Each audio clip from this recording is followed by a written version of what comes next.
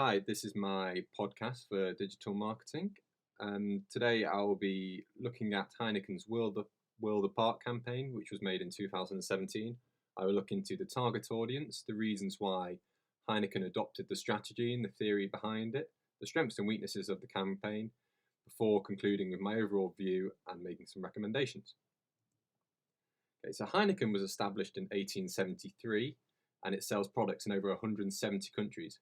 Heineken over the past year has marketed in thrilling campaigns such as James Bond with product placements. However, in recent years it has invested heavily in experimental marketing, and this has allowed them to connect their customers through experiences. The digital marketing campaign addresses the political conflict that was occurring in the world at the time and still is.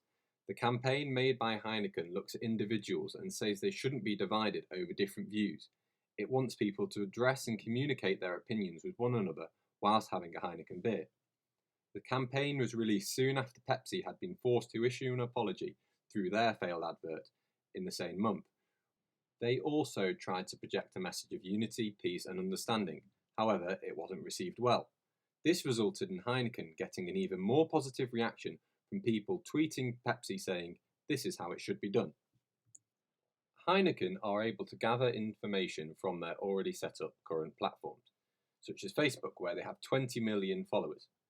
This allows them to share information and updates with their customers and gather information on them. They already have a broad target audience, and the video shows this by including men and women of all different ages and personalities, as its message is to bring these people together. The video has been posted on YouTube with links to Facebook and Twitter. It received over 17 million views, and 3 million of these happening in the first week. They were able to capture their message in the hashtag #OpenYourWorld, which quickly earned 22,000 tweets that were overwhelmingly positive. Heineken adopt a viral marketing strategy. Their campaign enables them to generate interest and therefore sales of a product through a message that is spread from person to person. They've done this by having a feel-good video that can be shared on Twitter and Facebook. It doesn't focus on the product, it's a video that's made to go viral. They also adopt a social impact strategy. This theory allows them to take into account the emotions and the feelings of their customers. It gets them engaged and gives them an experience so they can feel good about themselves and tell other people. It was risky of Heineken to adopt a political strategy, especially after Pepsi had failed. However, it was able to succeed in this through asking people to not take a side or ignore their views, but sit down and embrace it. They touch on a few different political and social issues without focusing on one in particular. This makes the viewers feel good about themselves and makes them want to talk.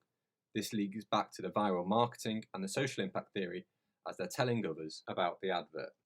However, a criticism of the Heineken campaign is that they need to be careful not to fall into the trap of focusing on purpose and not profit. The campaign doesn't focus enough on the product they provide, and it may increase sales of a competitor, as it doesn't focus on what the brand offers, and you could quite easily replace the brand name with another, such as Guinness or Beck's. The effects of this, therefore, need to be considered. A recommendation is that they would be better to use the word Heineken more. This would allow them to associate the brand with the campaign.